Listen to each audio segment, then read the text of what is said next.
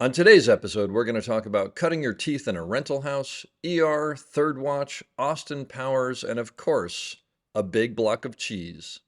Just a little bit of business before we start. There may be a curse word here or there in this episode, so please listen responsibly.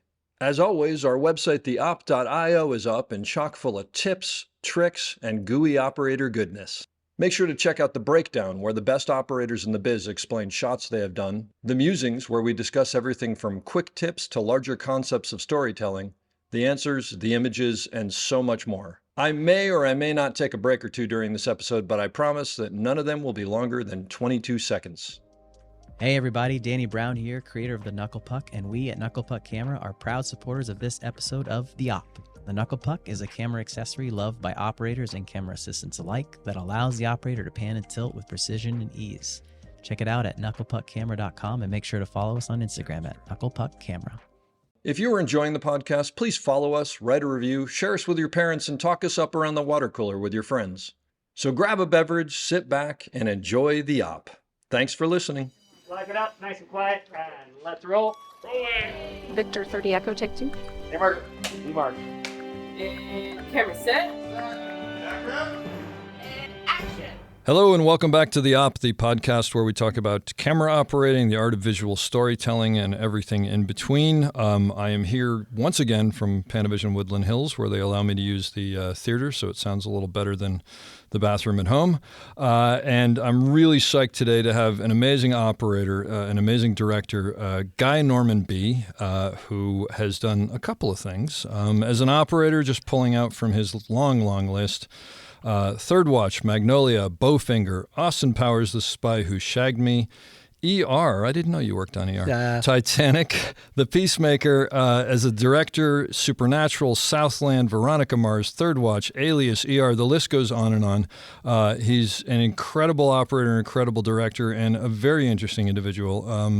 Guy, thank you very much for being here. Dave, thanks for having me, man. This is a hoot. This is pretty cool, right? Yeah, I love it. So you worked on ER. Well, we'll get to that later. So tell me the Guy B story. Oh, man. Look, growing up, I wanted to tell stories. I love telling jokes. My mom was a big film fan, and so, watched a lot of movies, watched a lot of TV, was a kind of a TV junkie. And I knew that at some point I wanted to tell stories for a living.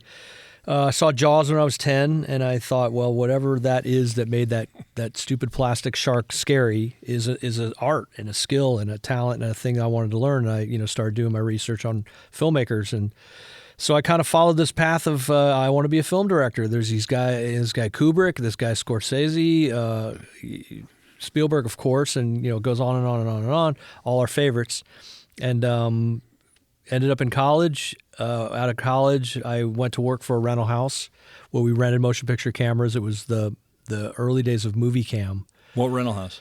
It was called Movie Cam Super Rental, and the interesting thing about it is we were sort of in a not a closet. It was a bigger room than a closet, but we were part of Cinema Products, which is a company that you and I have a strong connection to. So I work for Cinema Products, which is, of course, the sole copyright owner or whatever patent owner of the Steadicam. Yeah.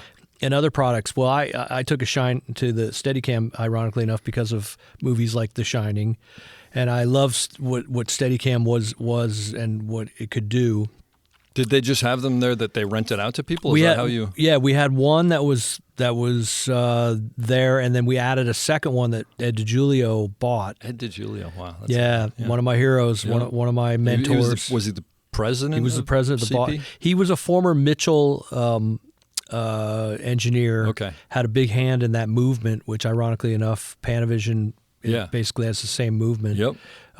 Which doesn't mean anything nowadays because it's all... What's movement? Exactly. It's a chip now.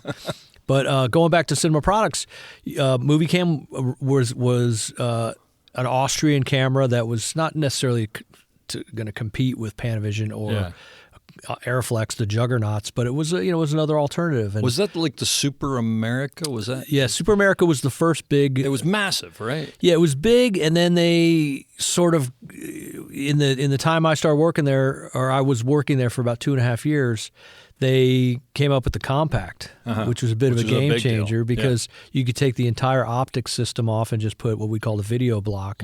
Big deal. And I mean, that was a great way to not only learn the rental business, and I mean, I started out driving the truck. I would be on the road 5-6 hours a day. Because a lot, being a small rental house, we sub-rented things. So they would go, okay, guy, this is before cell phones really even. The guy, go to Claremont and call us from the lobby. So I'd go to Claremont all the way, from West LA to North Hollywood, Studio City. And I'd go, okay, I'm here. Okay, you're going to pick up a Whirlhead and a set of Superfrost filters. Call us in 5 minutes. So I'd pick that stuff up. I'd go to a 7-Eleven, get a Coke. I'd go to the payphone. Anyway, to make a long story short, I was driving trucks, and when I got back, they go, oh, by the way, you can hang out for a while, and they'd point to the corner. It'd be sticks and heads and filters that I had to clean. So that's how I got started. But I played with the Steadicam, and they let me have the code to the security and a key, and I'd come in on weekends, crank up my little cheesy little boom box at my little desk and build the Steadicam with a movie cam, and I would practice on my own, completely by my lonesome. What year is this, do you think? 86, 87. Okay, so it's still sort of in its infancy. It was a thing that was out there, but it wasn't. Yeah, I mean, there was sort of, I keep calling it like the first generation. There was these legends to me, Randy Nolan, Steve St. John. I'm going to forget a few. Maybe I think Rusty Geller was getting started. And, Bob Ted Hewlin Churchill. in Miami. Yeah. So and also Ted Churchill, of course, was like Garrett Brown's old saying was, "I invented the Steadicam, but Ted invented the Steadicam operator." There's no question about that. With all the the hoopla and the advertisements, anything that he could do to promote himself, he was great at that. Yep. But subsequently, when I saw the Steadicam for the first time, I was like, well, I've seen these guys in magazines, and they're all linebackers. And of course, the deceptive thing was Ted was like 5'11" and skinny and tall, and Bob Hewlin was like a smaller guy, so the Steadicam looked giant on him. And once I started playing around with it, being part of the company, we sponsored a workshop in Ojai, and my boss took me aside and said, hey, I want to send you out there to take care of the equipment. We had 2 entire Steadicams. Take care of the equipment and take the class. And so it was Nicola Pecorini, Oh my God, Toss Mikos, and Garrett Brown were the instructors. that's unbelievable. It was and heaven. I'm assuming you basically were part of the class for all intents and purposes. Well, yeah, I mean, essentially, I was the ringer, they called me, because I worked for the company. And I said, no, I'm just here to take the class and get more education. But I did a cool thing, which was I wanted to make sure that every part that left the rental house came back. So I color-coded everything with electrical tape. And it wasn't red and blue. It was like yellow and green. So, and I had a list that I typed up and laminated. And so, my boss, Max Penner, another mentor of mine, liked my incentive to say, because I'd heard these workshops there's sticky fingers, like people will the J brackets and things will go missing. Well, Oops. Also, it wasn't like that stuff was readily available back Wasn't, then. He's not right. making it okay, but understandable. Yeah, understandable Yes, as hell. yeah. Yeah. So I said, well, look, if I take the class, I'm going to be a rep for the company. Everything that goes is going to come back. I mean, not on my watch. And Garrett Brown took me aside one day and said, look, if you've ever watched a matador or a ballet dancer or a long distance runner, none of them are big, but they have the stamina and the moves. Look at a ballet, a ballroom dancer. And I said, yeah, I kind of feel that. He said, so in a weird way, you're sort of the prototypical body type for this. Wow. And that gave me it's like Chuck Yeager going, hey, kid, I think you're a pretty good pilot. Right. So I kept pursuing it and got better at it. And the other cool thing was being part of the company, they let me check out the equipment to myself on a weekend. We'd call it loan for test, and I would go work on some student films at the colleges, all USC, AFI, because they could provide me with an insurance certificate in case something happened. And they must have been through the roof, like we got a Steadicam. Got a Steadicam operator and a Steadicam for the weekend or whatever it was, and I put a little cheesy reel together, and it was enough to.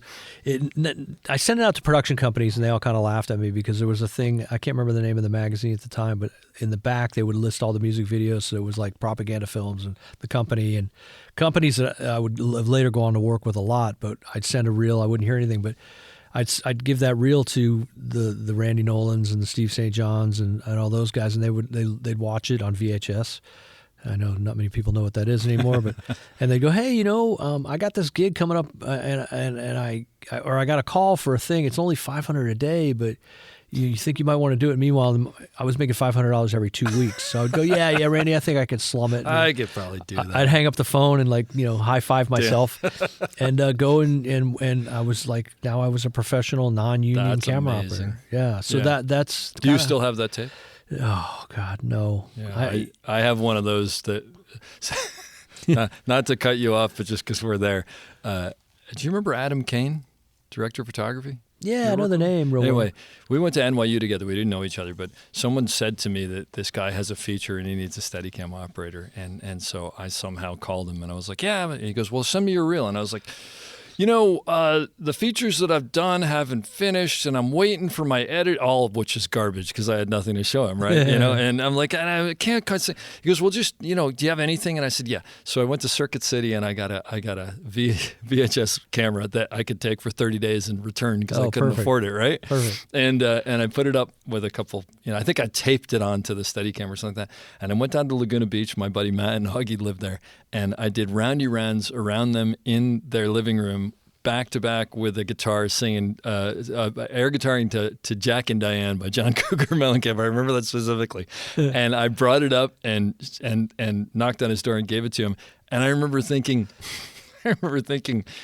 he'd watch it and call me back, and he goes, great, let's sit down and watch it. And I'm like, oh my no. God. and things obviously were harsh enough that he said, yeah, great. So you got the job. And I was like, oh my God. So, but the reason I say it is I wish I had that tape still. I so wish I had that tape. I have some early stuff. I mean, the cool thing that ended up happening was the advent of super high 8. Yeah. Or not even high 8, just was 8mm video. Those little cassettes, yeah. Right. And so we would all buy the smallest little Sony or whatever you could find, and we'd sandwich it on the Model 3A. You had that little rail between the battery. I remember it well. We'd run them in there, and so I could make, and I have hundreds of those tapes still in shoe boxes. Really? Yeah, and then transfer those. Yeah, I know. I got stuff that is incredible. I'm sure. Statute of limitations would probably let me. Yeah. I mean, I've got Metallica concerts and I've got all the music video stuff. The funny thing is that little recorder, what was it, like the GV8 or something? Yeah, well, you could buy them in Japan. You buy them in Japan, and I couldn't afford it. So I found out that if you bought a little camcorder, there was an RCA in it. So I had a little camcorder on there that I used to record. That was my first one. I found the smallest one I could find. And then, this is all before digital, so it was all analog on tape. And that got me ER because I was I ran in doing this thing in Seattle with David Hemmings. Okay. Hennings. Hemmings was the actor. David Hennings, and his brother Sam's a good friend of mine, an actor. And David called me and said, "Hey, I need Steadicam up here. Get on a plane." So I go up there and I shoot a bunch of stuff, and it's basically like Melrose Place in an emergency room. Okay. And somebody took me aside and said, yeah, there's this other show on Warner Brothers called ER, and we're trying to kind of replicate those kind of down the hallway around gurneys and all that. I was like, oh, cool, I'll have to check it out. And was ER on the air by then? I think it had aired a couple episodes, and I was never home, so I didn't see it. And ironically enough, my mom, who's a massive, like I said, film buff and TV, she told me about this new show that I would like, and I just didn't have the time to watch it. But it was like good-looking doctors in one of the actors, Donald Logue, I still keep in touch with, and Tim Amundson's a good friend. Uh-huh. And so I shot a bunch of this stuff and going down hallways, and we had this idea where somebody. Maintenance man was going to be changing a light bulb in the hallway. Mm-hmm. And I said, that's cool that I can use that as a foreground, but what if I can go through the legs of the and the director, I can't remember who it was, they were like, you can't do that. So I said, well, let's just try one for a rehearsal. And I just prayed. And so we took the cross members out that allow you to lock it. That's what I was going to ask you. Okay. Yeah. Yeah. And we took them, I said to the key grip, can you get those out quick? And they drilled them out. I said, we'll just pop rivet them back in when we're done. It's one of our ladders anyway. And so I did it, and everyone was like, cool. So I don't think anything of it. A week later, or actually when I was up there, I ran into the director that was prepping the next episode, a guy named Vern Gillum, like kind of a legendary TV director, but also had a company. He did every McDonald's commercial like in the 80s. Okay. Vern Gillum and Friends. And he said, I was going up to get my per diem and my plane ticket home and he goes, Guy, because I had worked with him years earlier. just did this show at Warner Brothers, and it's the coolest show, but I went round and round with the camera operator because it was a big Steadicam show, and he kept trying to put it on the dolly. He goes, look, let me put you in touch with those guys, because if they're going to replace this guy, because I told him, this is the 1 week part of your show. And so to make a long story short, I get home. I think at that time, my now almost 29-year-old daughter was brand new, just born. So I wanted to stay home, wanted to stay in L.A. as much as I could. I get a call from a gentleman named Grant Anderson, and Grant says, Guy, I'm the assistant to Mr. Chris Chulak, who's the executive producer of this show called ER, and we got your name from Vern, and can you come down and meet with Mr. Chulak? And I said, yeah, so for ER.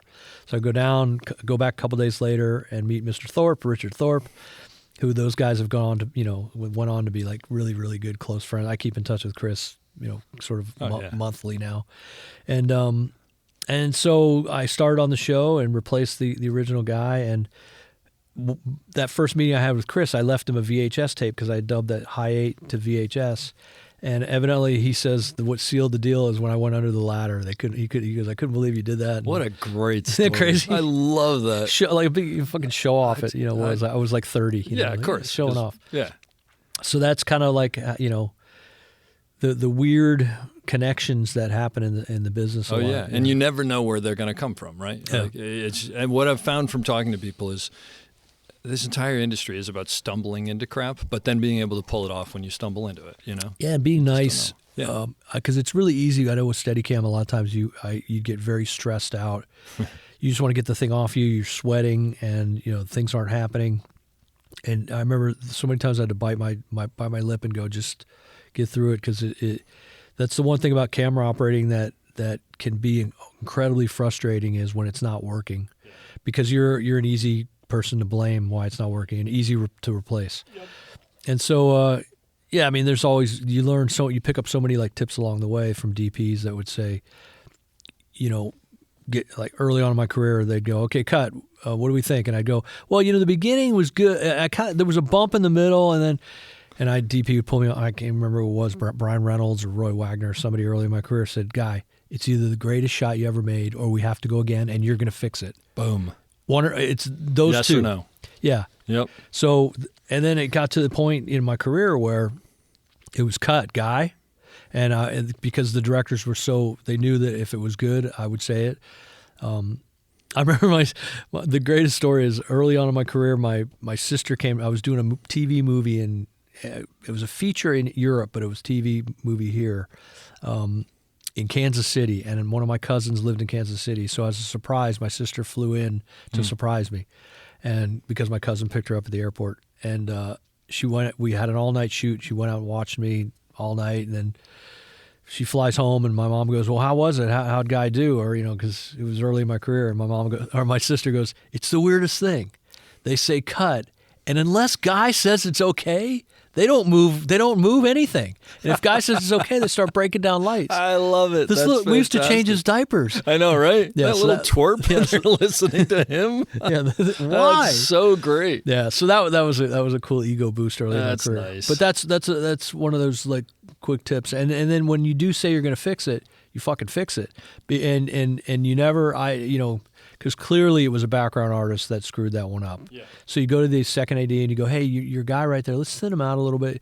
You find those buzzwords and those watchwords and those things that you can say that it's politics, though, right? Politically correct. Yep. Yeah, because I remember when I met with Chris and Richard Thorpe, Richard was like, you're going to be on A camera as well, which at the time, I was kind of patchy with it. I had done, a bit of it, but I wasn't super comfortable with the wheels. I was comfortable, but not super comfortable.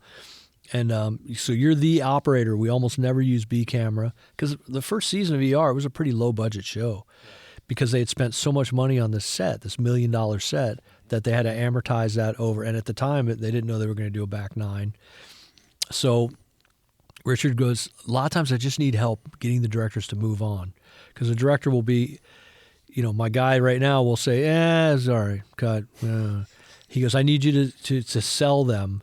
And I said, Richard, I've had real good success with things like if a shot is going to be difficult or take a long time to set up or whatever, real good with using buzzwords like, is there any value in?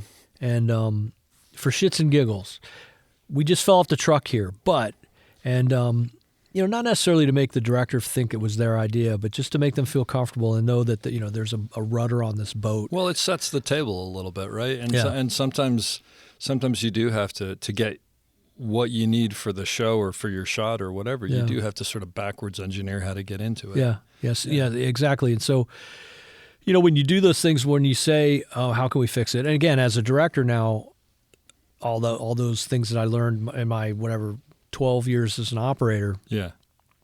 The shorthand is great because that's the language that the dolly grip everybody speaks already. Yeah. So I'll say, guys, is there any value? It worked so great in my hotel room last night, but right now I'm seeing that this is not working. But is there any value in doing something where you guys come to here, and then and we'll just cut? So instead of belaboring this, and then we don't have to light that whole side of the room, and we'll just treat it as two different things. The DP's thrilled because it's like, all right, yeah, I think that's the better solution. Yeah, well, you're thinking about the larger picture, right? And I used to joke around about, on ER we would do these like three. I don't have to tell you, you're the one person, and Terrence, of course. Yeah.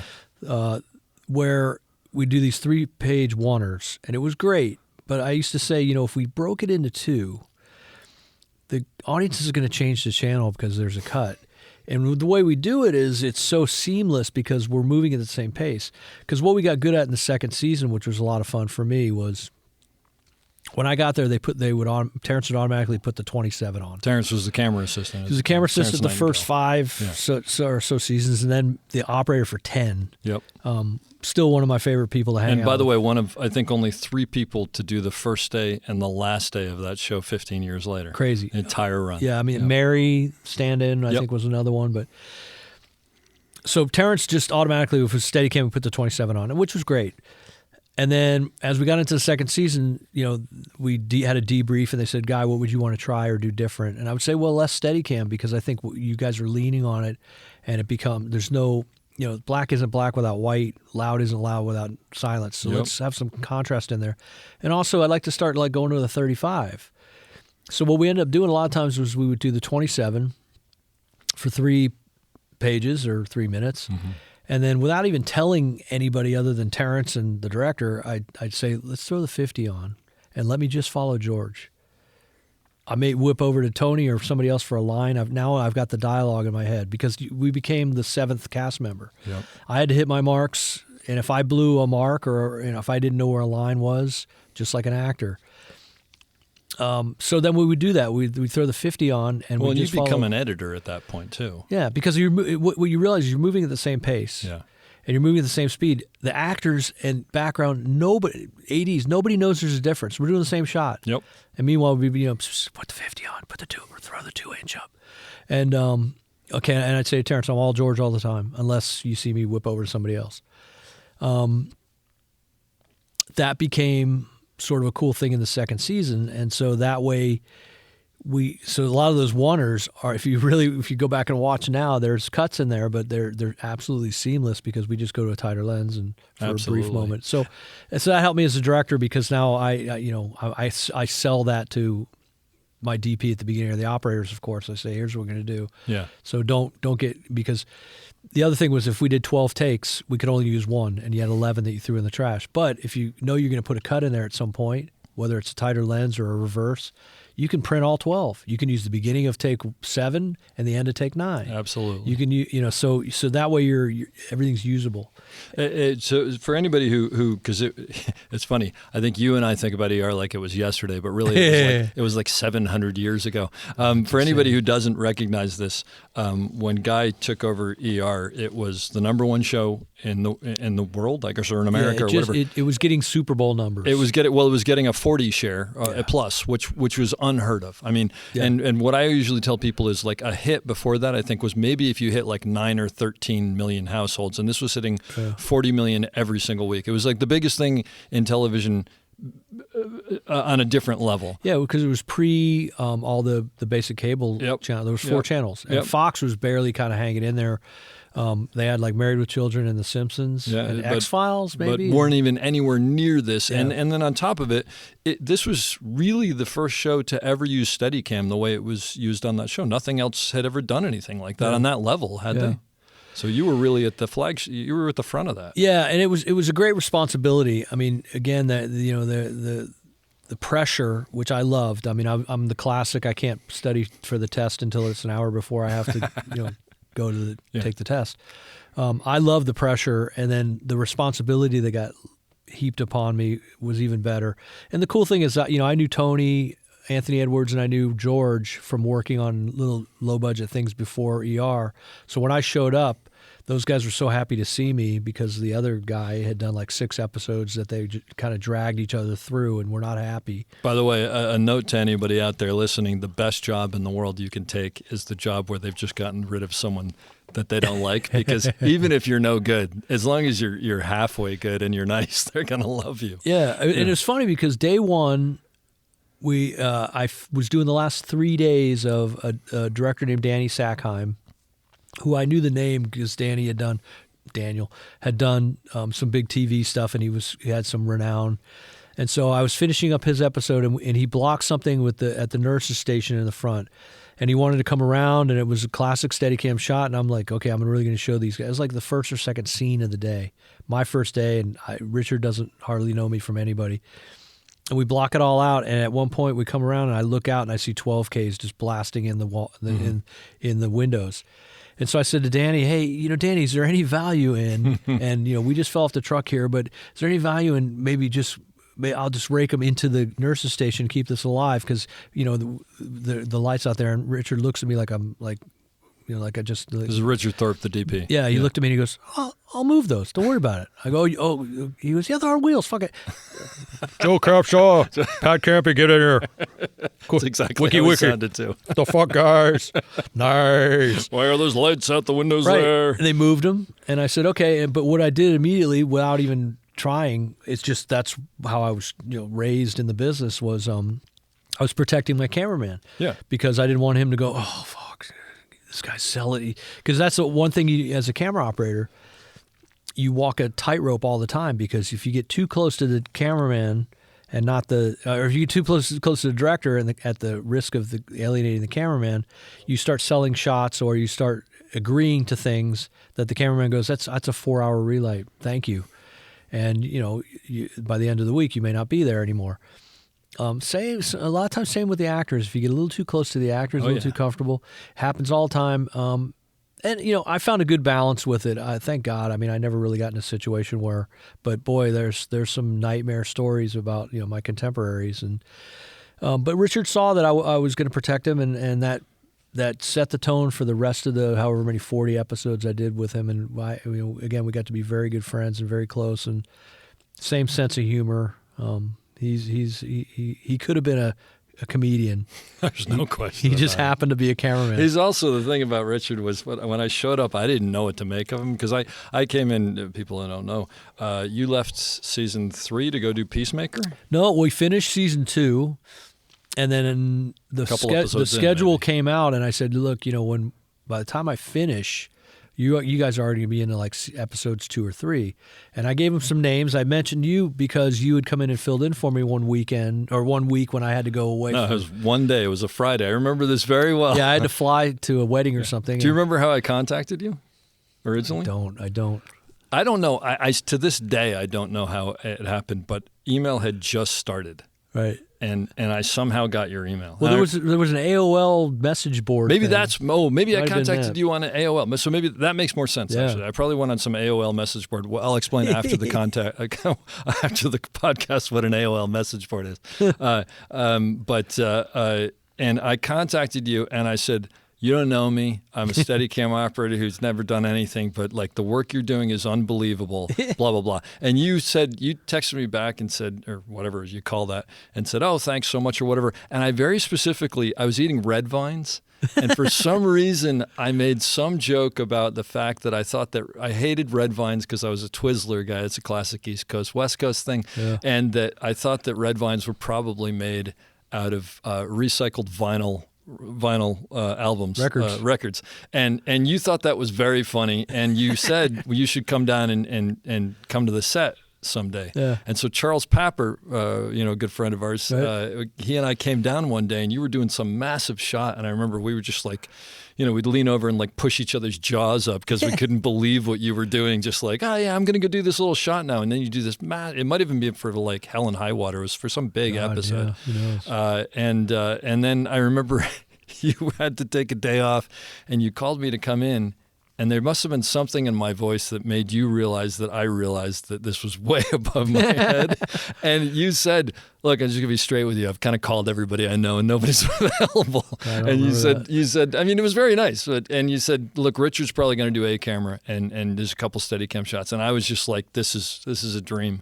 So I remember that like it was yesterday. Yeah. I remember, especially in the second season, they encouraged me to take Fridays and or Mondays off because the workload was so massive. It kicked your ass. Yeah, I think, and so I remember Dan Neese, God rest his soul, one of my pals for years, filled in for me. Nicola filled in because he on a Tommy Shalami episode because he had operated for Tommy. Yeah, they knew each other real well. And Nicola's gone on to be, I haven't seen his name lately, but he shot a couple movies for Terry Gilliam. Yeah, it's funny. I was thinking about, I just talked to Tommy the other day. He mentioned Nicola, and I was thinking that, and I was like, you know what? He's probably doing like high price commercials and stuff like that. Because he was like Italian, and he was married to like a Brit, and had one eye. I mean, it was Nicola was like a character in a movie. No question. So that's why Terry Gilliam loved him so much because he was just such a. He belonged in front of the camera. Exactly. Because I remember we were doing Deep Impact, and they were on the next stage, and Nicola comes by on a golf cart. I go, dude, you're shooting for like one of my favorite directors. He goes, well, he's mine too. Well, come on, jump on. Let's go meet him. Oh, that's so cool. And so I got to hang out with Terry Gilliam for a little bit on Fear and Loathing. They were doing next door. No, wait, was Terry Gilliam cool? Yeah, well, it was funny. He was like, I met him really quick. He goes, guys, I'll be right back. I'll be right. And he went back to his trailer, and this is before it was legal. I don't know how he did something. Ingested something, but he came back in. His eyes were a little slits. He's like, "Hey man, sorry I had to run. What's going on? What's going on, man?" I'm like, Terry, I'm just my whole life. That's a bucket list situation. Yeah, my whole life I've been a massive fan. Oh, great man, great, cool. What are you doing? I do Deep Impact next door. Oh, cool man. Anyway, I got off the track a little bit, but the whole thing with ER was that they encouraged me to take a day off here and there just to get my mind right. That's because it was really mentally kind of working on me. Again, that responsibility and all that, I loved it.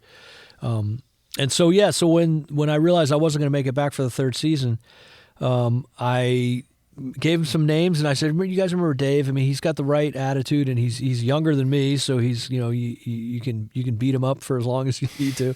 And so I think they brought somebody in, it didn't work out, or the guy left or something. And then once you started and I finally got back in town, I said, "How's Dave working out?" They said, "He's great." And I said, "Well, I'd be the biggest asshole in the world to jump in the middle of that." So, I didn't know that. That's very cool. Yeah, because I said if he's working, because I was getting calls for like big movies. Well, yeah, you'd kind of moved on to big features. Well, yeah, I mean, and that was the wish, the goal. That it's what everybody hopes for. It's like it's like George jumping up, or anybody that's like on a TV thing and getting some. So and there was sort of those.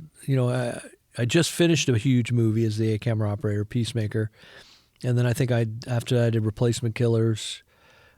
Peter Collister was one of my favorite guys to work with, and he called me and said, "Hey, I'm doing this movie. I need help, and you're the perfect guy for it." It's first time feature director, but he's wildly creative, and I've done everything he's ever done. I've shot for him, so he really relies on me.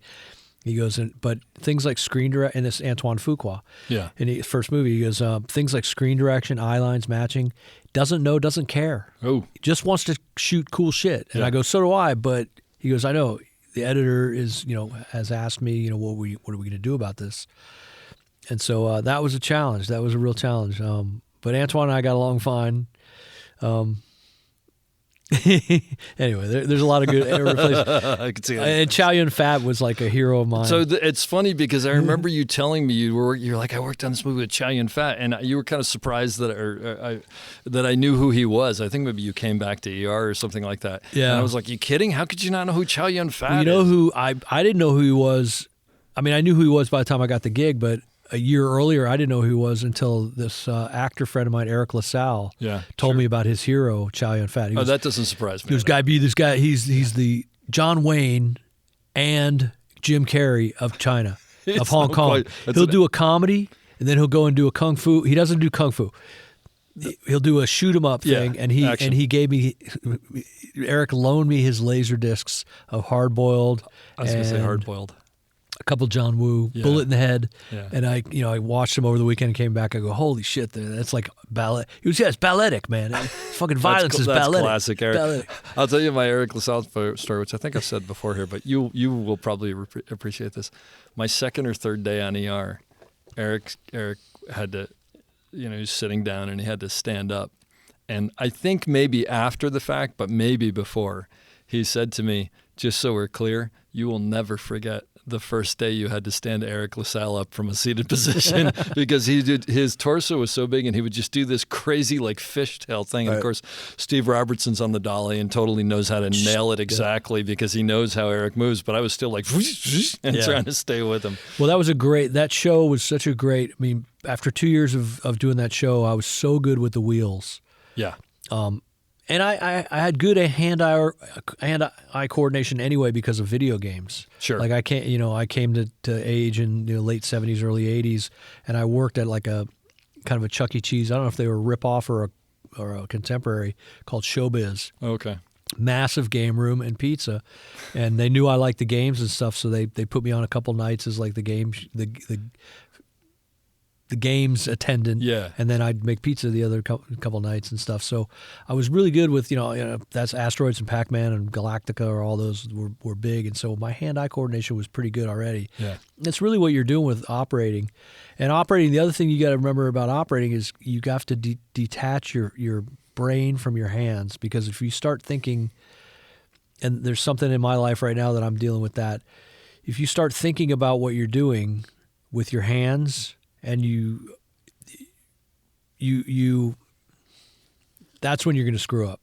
If you overthink it, you're saying, almost. You go, my left hand's going to, if I turn this way, I'm going to pan. You just got to go with, the actor's going to come in and sit down, and that's all the shot is. So let me ask you, you haven't operated for a while, but if you ever remember this, because this does still happen to me, where I will be ready for a shot on the wheels, and I've got both of my hands on the wheels, and I'll actually look down and I'll go, I have no idea which way to turn them. And then if I just don't think about it, it goes exactly where I need to. But I will actually, that'll happen to me occasionally. Like, it seems like maybe when I'm specifically at the top, like at the 12 o'clock position or something, but I'll go, oh God, is this up or is this down? And of course you don't want to do it. And then if I just, and I know now at this point that if I just don't think about it, I'll go exactly where I need to. You'll be fine. So it's the same kind of thing. Yeah, because it's amazing, and I'm seeing that in my life now, where your brain and your muscles talk to each other, or they don't. Yeah, and it's the case maybe with me now at this point in my life, where I'm having failure in things that were always taken for granted. That so operating it's one of those things where and when I worked at the rental house, we'd have these young guys that wanted to move up, first ACs, and they'd come in, we'd turn off the lights in their little prep area, and they'd mount a mag light on the thing, and we'd do figure eights. Yeah. And the second you start thinking about it, you would mess it up. But if you just go with it and just like get in the flow, and that's the one thing that it was always very musical to me. I used to say camera operating is like there's timing, rhythm, attack. And a good conductor, as a director, a good conductor knows when to use those things at the right time. And if you look at it like that, a lot of times it helps you. And look, they're great. And I remember having DPs and directors come up to me and go, I was on B camera or something, and they'd go, hey, I'm doing this movie coming up, and I want you to do A camera. I go, well, what about the guy you got now? And they're like, I like him. He's great. Gets the camera from point A to point B, but he's a technician and you're a filmmaker. And I go, well, what's the difference? They go, well, you're telling a story. That guy is following orders. Ooh. And that's great. We love him for that. But for my next project, I want a filmmaker. And so that was always my thing in, whether it was Mimi Leader or whoever it was that I worked with multiple times. I wanted to be indispensable. I wanted, when we started, bringing the actors, let's do a blocking. I want the first look over from the director to me. Are you watching? You watching? Okay, cool.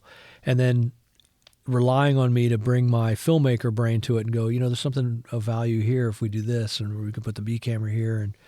And I always felt that that's job security. If the director's first call after they get the job is, I want my operator.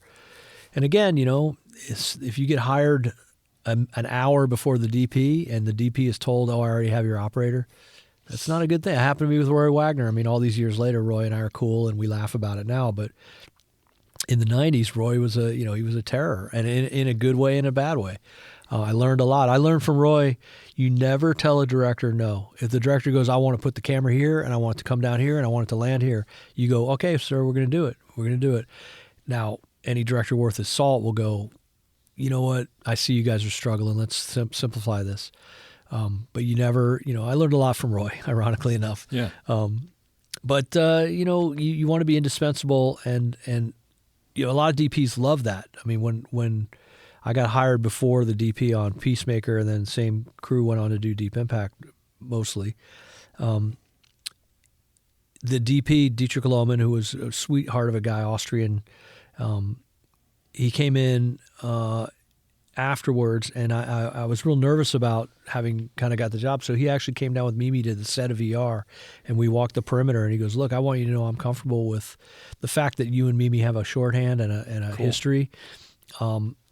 And I don't even think it was the fact that he was of European descent, because there is that lighting cameraman mentality where the director and the operator work very close, and then they tell the cameraman what the left and right edge, what am I lighting.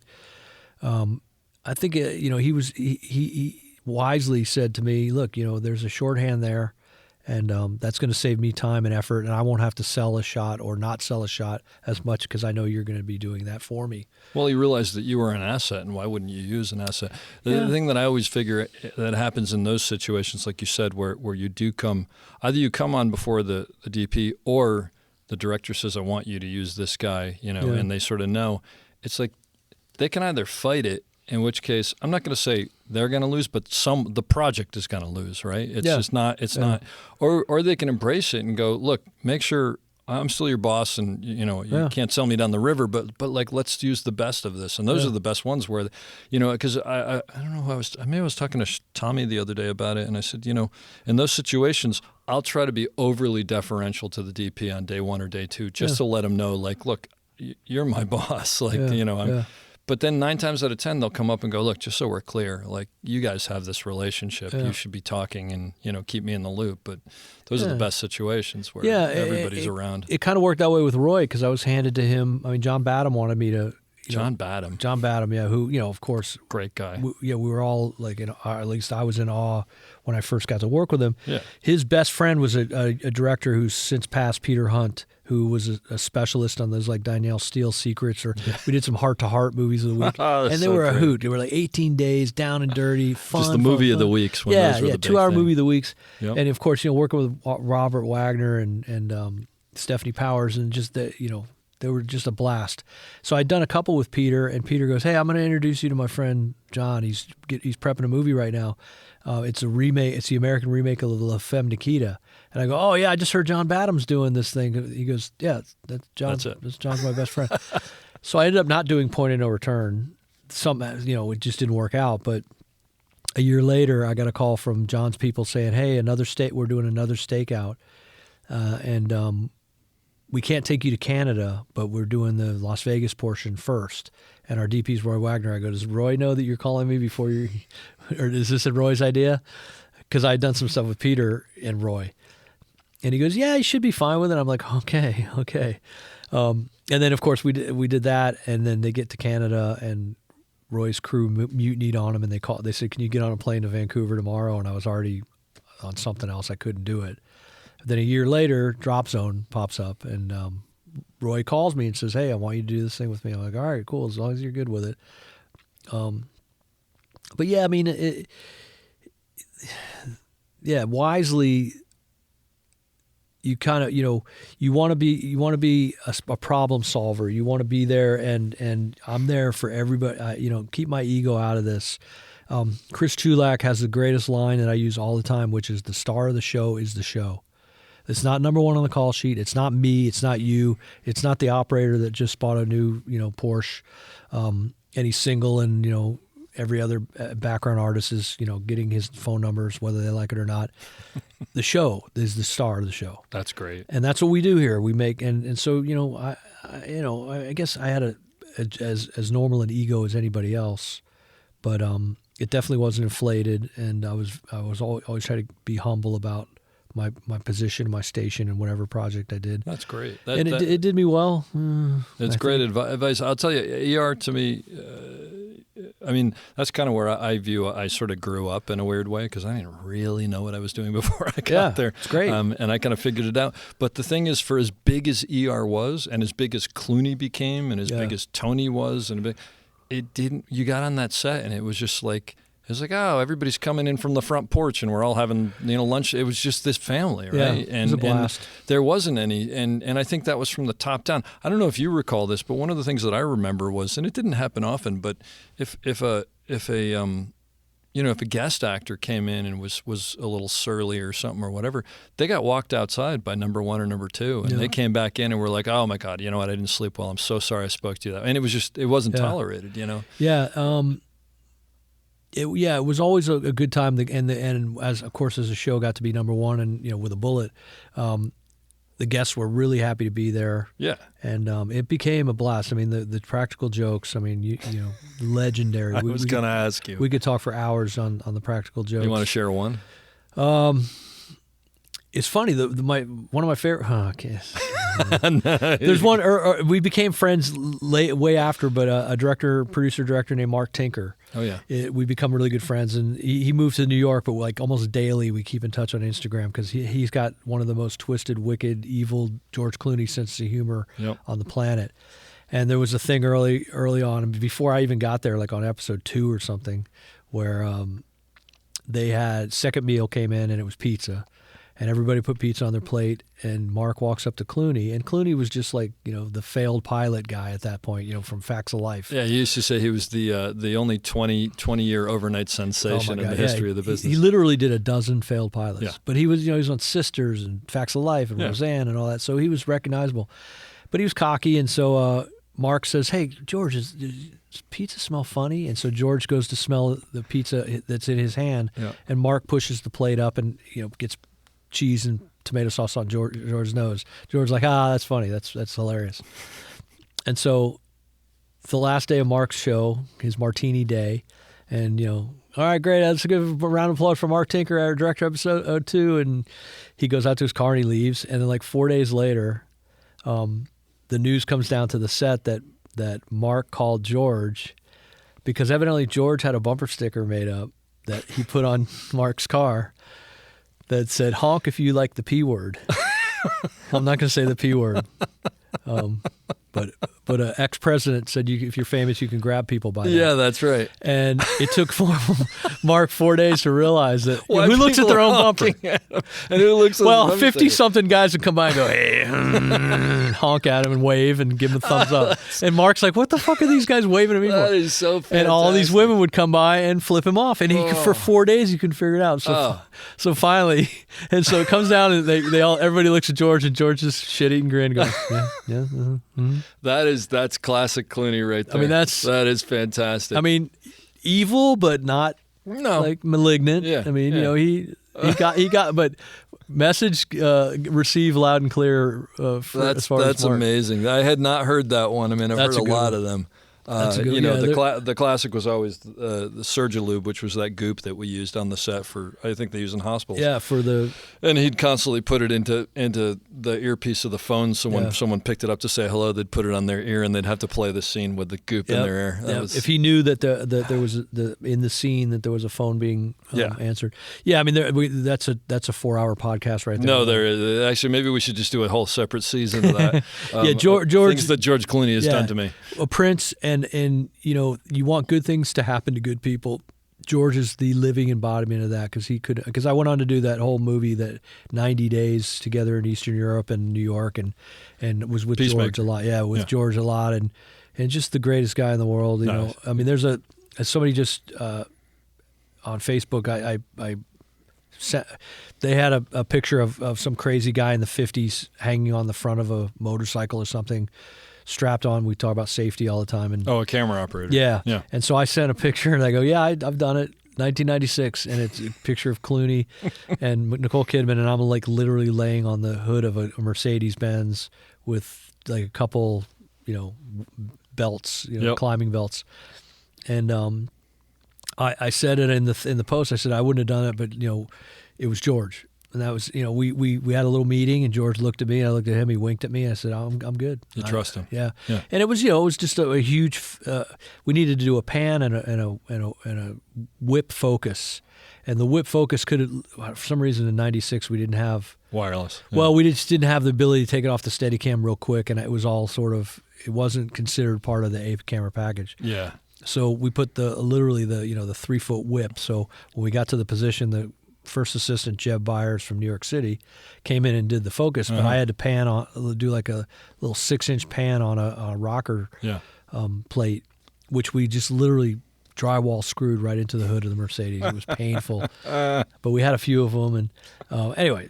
Yeah. There you go, George. No, that was stuff we did that. And on his note, yes, if everybody could be like him, it'd be the best. Yeah, and Tony Edwards couldn't be a better actor. No question, and a better person. And I like, by the way, that entire crew was just like phenomenal. Everybody. Yeah, Noah Wiley. I just am meeting with Noah recently about a project that I brought to him, and may not turn out to be anything, but God, the time we spend together, just over deli meats and talking is invaluable now. I'll tell you after the fact, my Noah Wiley story.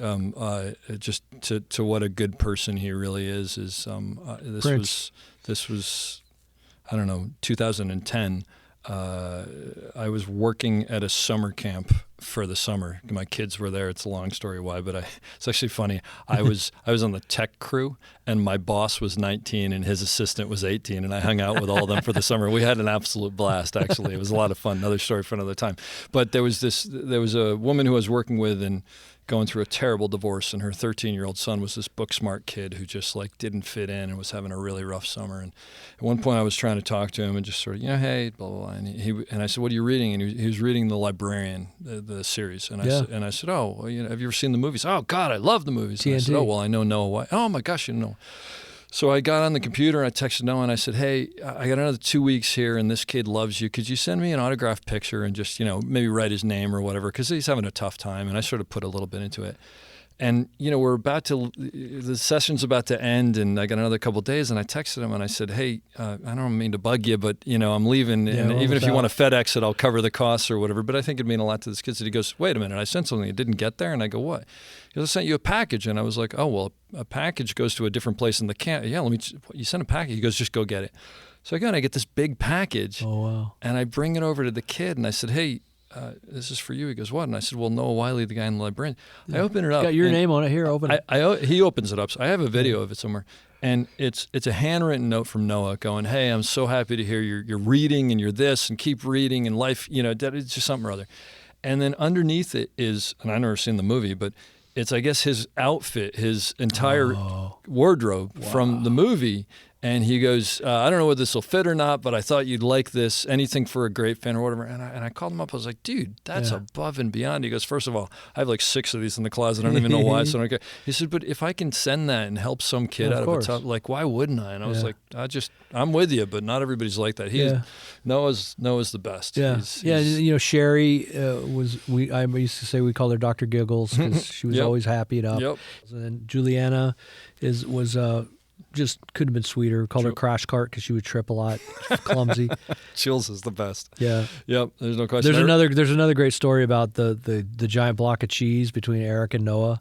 You want to share that? Because I know about this, but I was saying the first season, ER was a low budget show.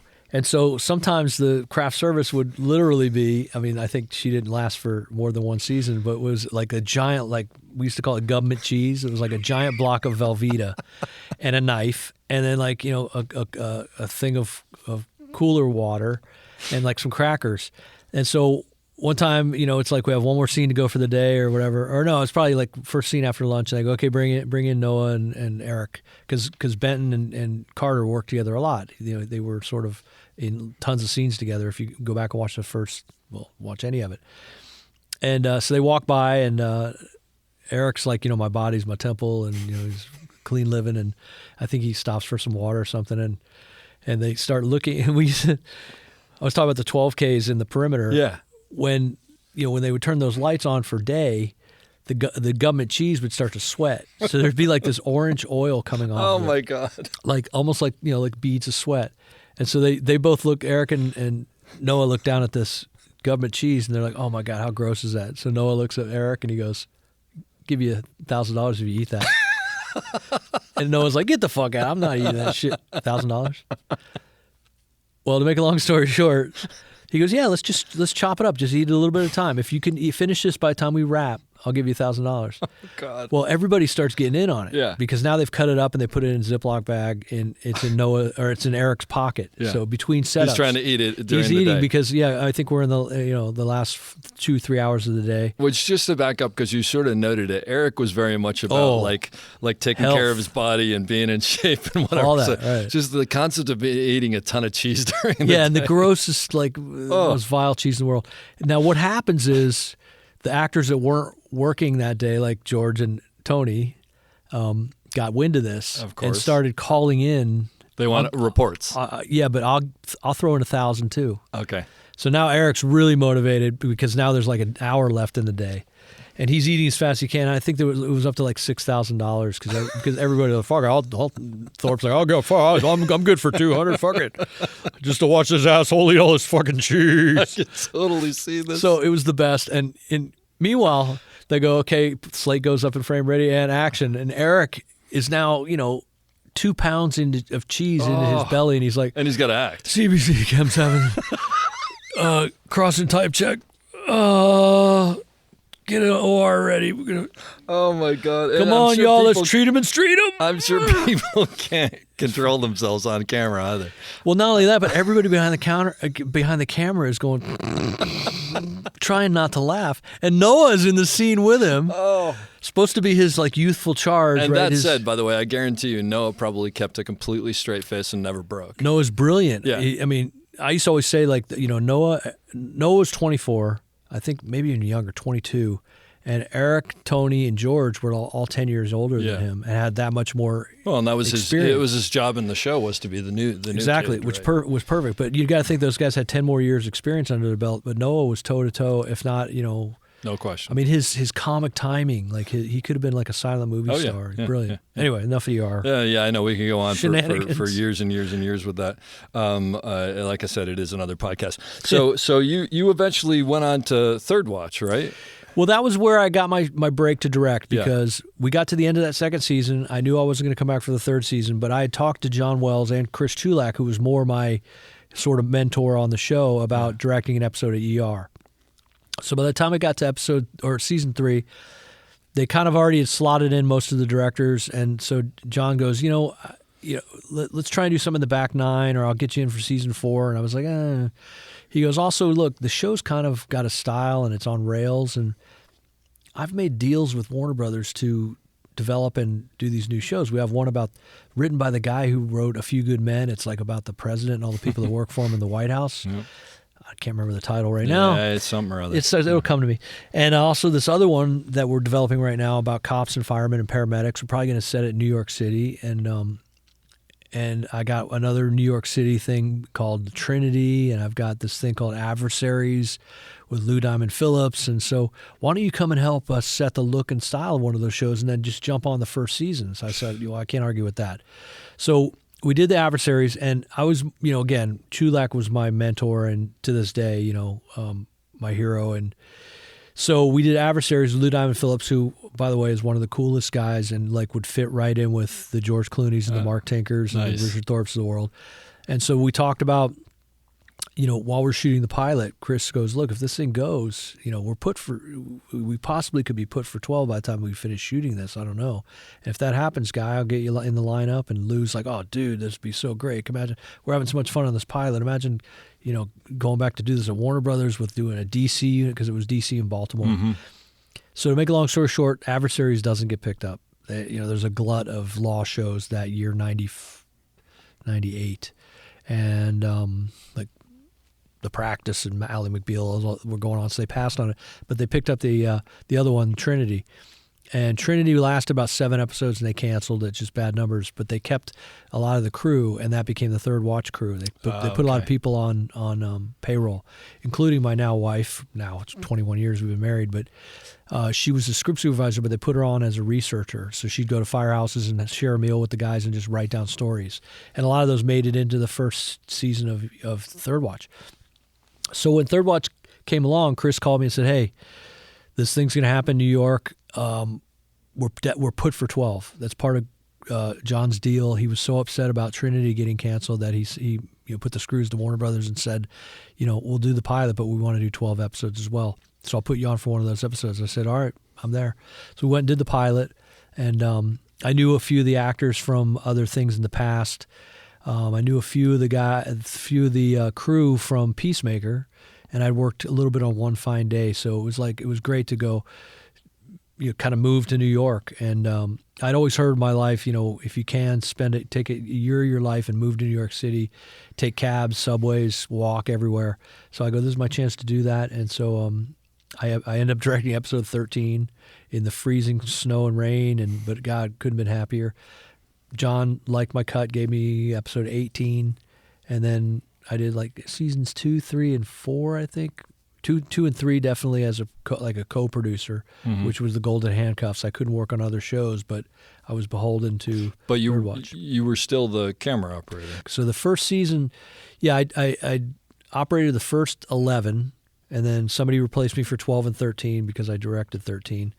And then I came back for 14, 15, 16, and then I prepped during 17. So there was a couple really good operators in New York that filled in for me on days, because we knew them from second unit. And I think I finished the season. We did 22, and then when we came back for season 2, we brought in somebody full time, and I just directed. And because I was in there somewhere, because Chulek called me and he said, "Guy's leaving. I know you don't want to move to New York, but can you come in for 2 episodes so we can find someone?" So maybe it was at the beginning of season 2 that I think it was came in. season 2, yeah. And you weren't there for some. Maybe you were back. Maybe you were editing in L.A. or yeah, something. Yeah, because I would fly back. JetBlue was new at the time, and they were like $179 so round you trip. just go So I back was and like, forth. I'd jump on and fly. But that was a great crew. They're aces. I still keep in touch with a ton of those people. Yeah, Jason Wiles and Mike Beach and Tony Rivivar.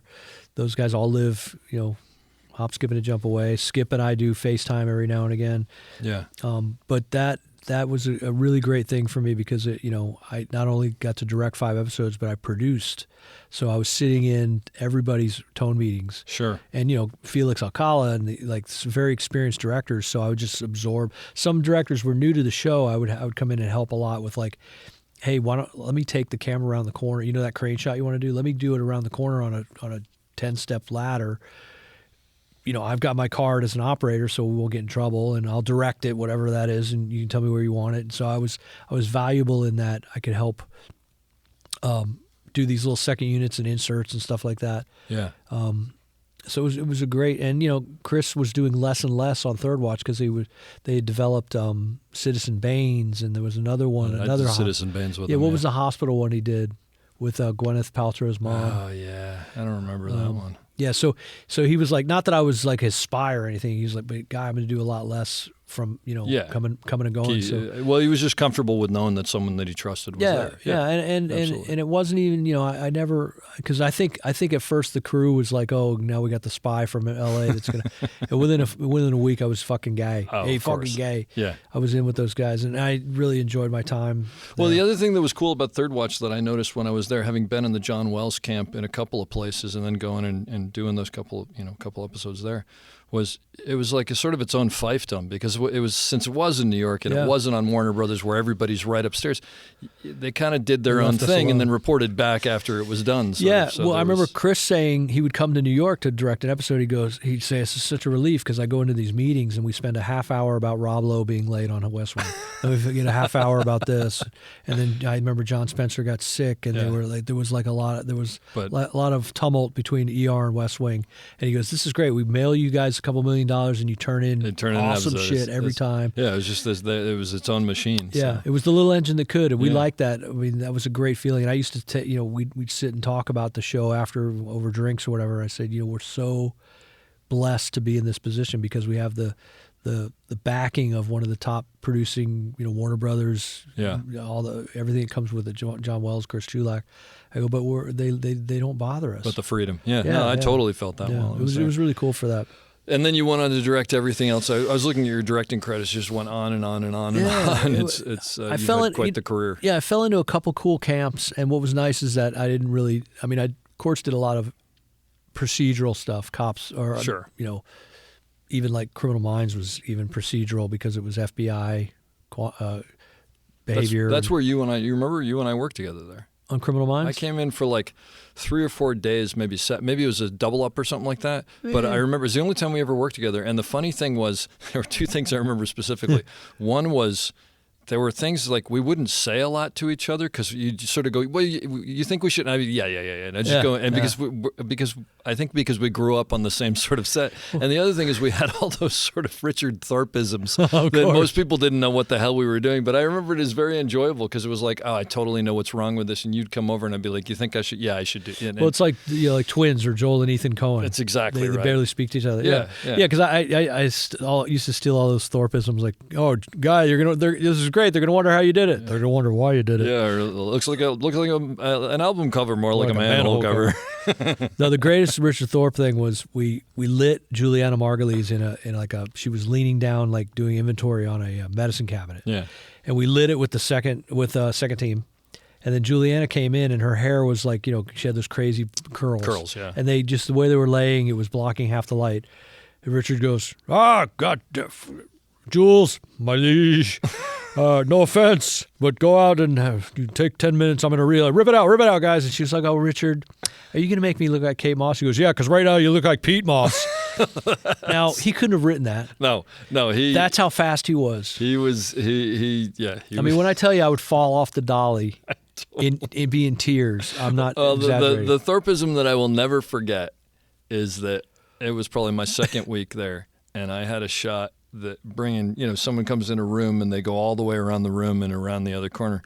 And for whatever reason, either I thought I could do it on the wheels or I didn't ask for and so as she got faster and faster, I just, let go of the pan and grabbed it and pulling it through. And it got to the other end and it cut, and I just heard him from the other room going, sounds like someone's working on a lathe in there. Working on a lathe. Oh, Dave, what are you doing? And I remember thinking like, oh God, I'm in so much trouble. And Terrence was standing next to me because of course he was on the thing. Terrence might have even been pulling it for all I know.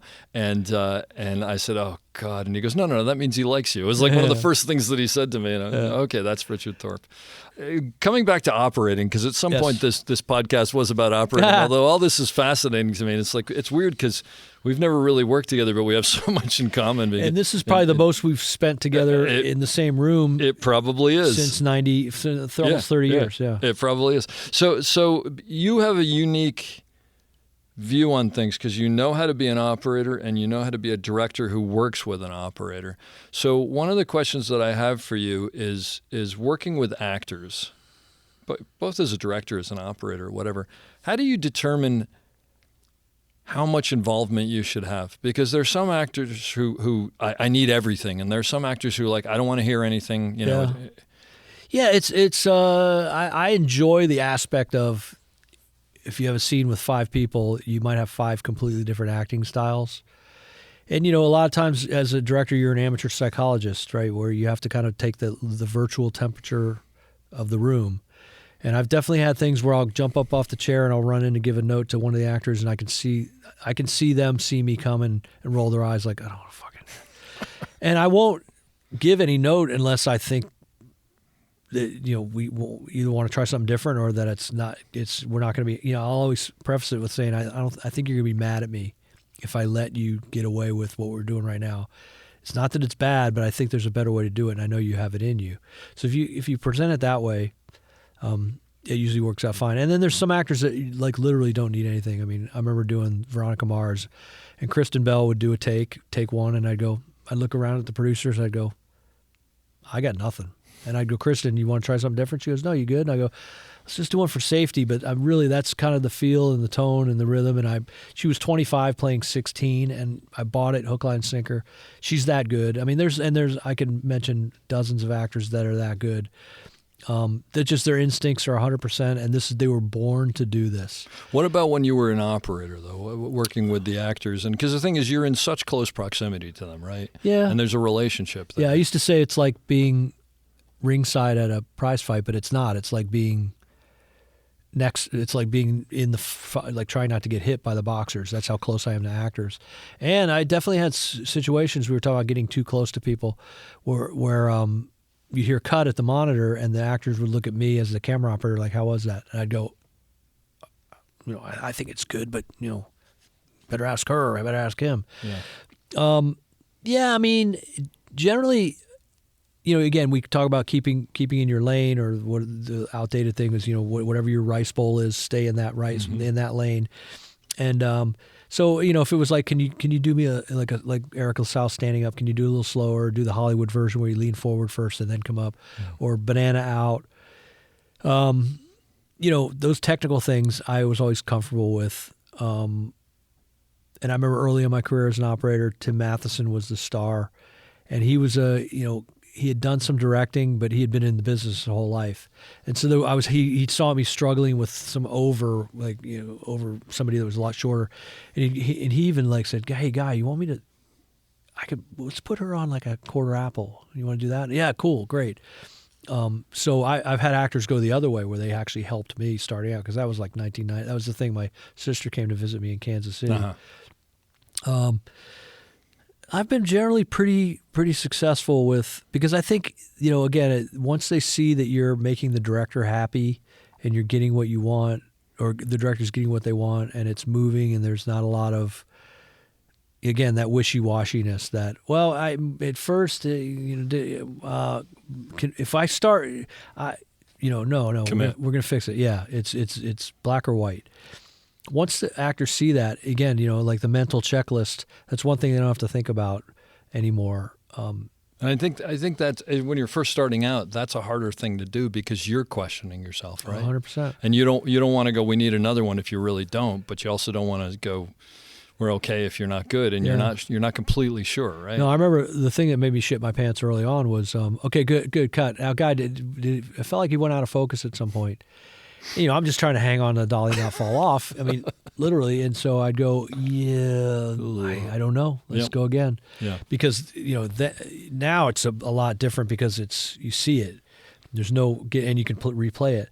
But then, you talk about crapping yourself, waiting that 24, not even 24 hours. Sometimes it's a lot less, where they would say, got the neg report back, scene, whatever, scene 7, take 5 is soft, and we printed it, because you typically wouldn't want to print anything that potentially some young exec could see and go, why are they printing? Why is it out of focus? Why is it it's unusable?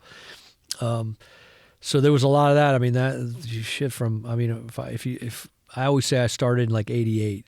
So 88 to, we started shooting digital. That was always a big thing, is like, was it in focus? And sometimes you're working with a new green focus puller. Yeah. So as tough as your job is just keeping the person in frame, now you got to watch them. And actors, will lean, they'll lean back, they'll do whatever they're going to do.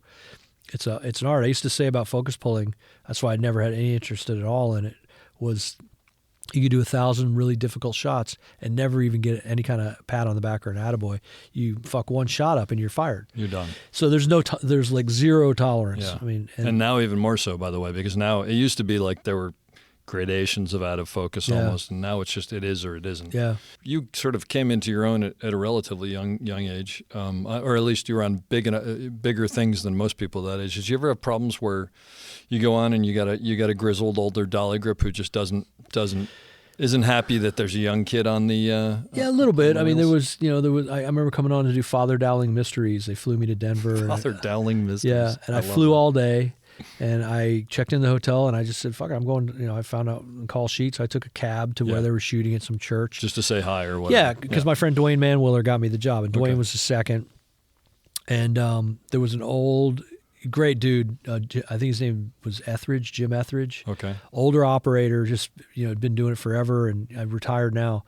And so the next day, Dwayne says, when you walked in, I said, hey, there's our Steadicam operator guy. And he goes, does his mommy know he's out this late? Oh. Or I would get I'd show up with my gear, and they'd say, okay, so where's the camera operator? Where's the, you're either assistant or Sherpa? And I go, no, I'm a guy. And because I looked young, which was good, I guess. How do you deal with that though? What do you do? You just kill them with kindness. You win them over. I mean, it's that whole thing. I mean, you try not to be too cocky, of course. But again, this show is the star of the show, and you're there to do a job, And then, like someone like Jim Etheridge, I would say, Jim, please, could you watch the monitor for me? Because booms, microphone, or whatever, same thing. C-stand arms and stuff. Could you watch out for me? Be my second set of Make eyes? them part of the process. Yeah, in a good way. Or show them that they're valuable to you. Oh, of course, yeah. of course. Which is the truth, actually. Yeah, it really was. And yeah, I mean, that wasn't a huge problem. That's good advice, though. Yeah, I mean, as long as everybody sees that you're there for the common, we're a team. We're all here to make our day and to tell the story and to live to shoot another day and to make it to the end of this project and look out for each other. Because I mean, that's one of the things I love about filmmaking, and that's why was the perfect vocation for me. Is I love being collaborative. I love being a soldier, being part of the team. That's why sometimes as a director, it's a lonely kind of thing. Whereas I loved, and I still to this day believe the camera operator position is the greatest job in the business. You miss it? I do sometimes. I mean, I don't when I'm directing. Because sometimes I have 2 and 3 cameras, so it's impossible to do it. I mean, I may jump on and do a rehearsal, but then you just get all that. Oh, look, tough guy still thinks he got it. He's got it. It upsets the apple cart more than it helps. But yeah, I mean, I fantasize about walking on to stage 11 and going up to the dolly and unlocking the wheels and.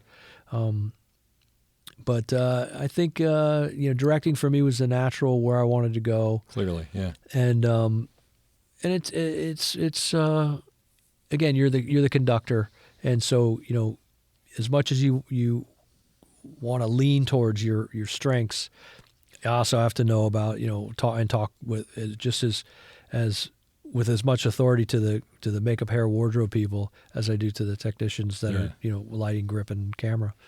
I want to ask you about a couple specific shows if you have anything to just because sure.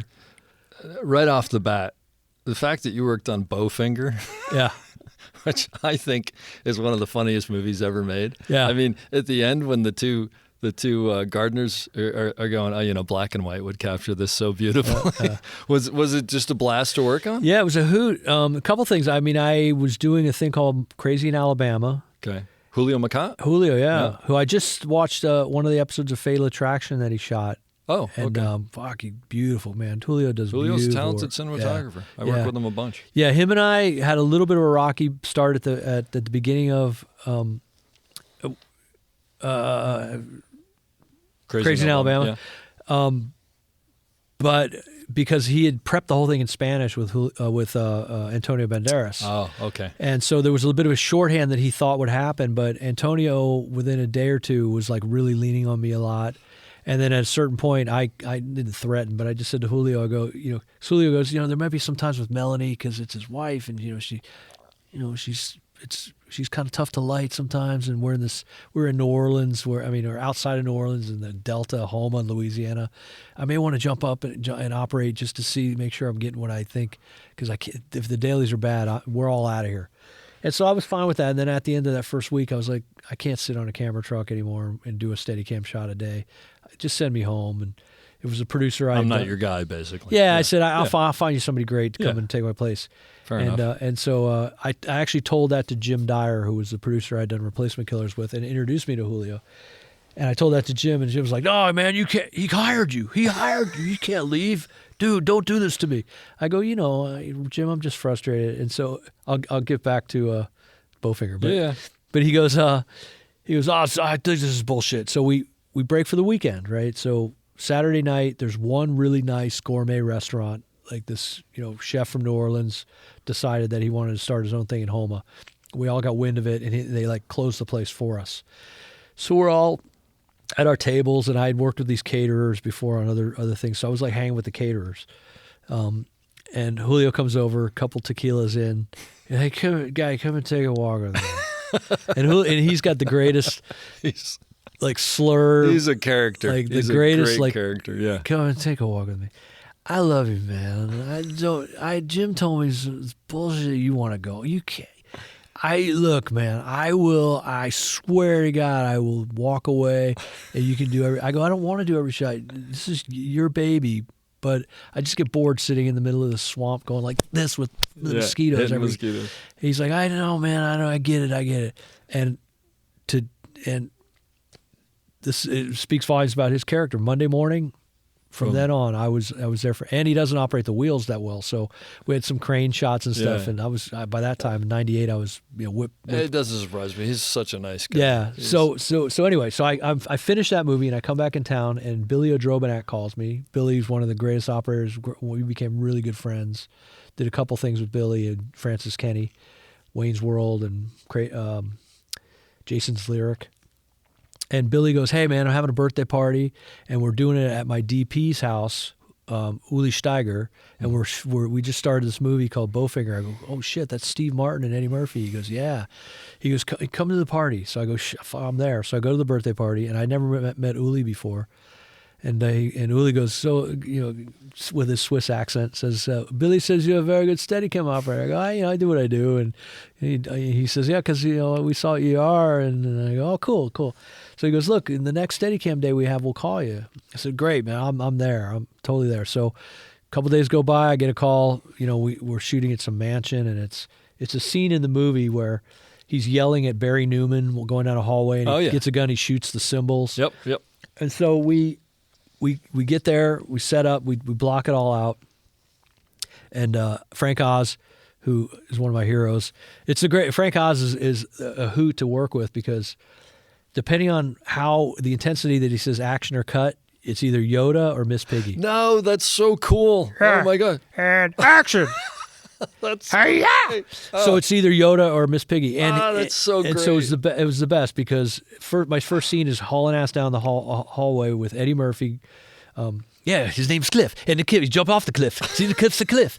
It's the conspiracy theory. And Barry Newman, who from Vanishing Point, me being a big Mopar muscle car fan, Vanishing Point was like seminal in my growing up of movies that I had to watch. So great. So anyway, we do this long Steadicam shot, pan over, and he starts shooting, shooting the drum set.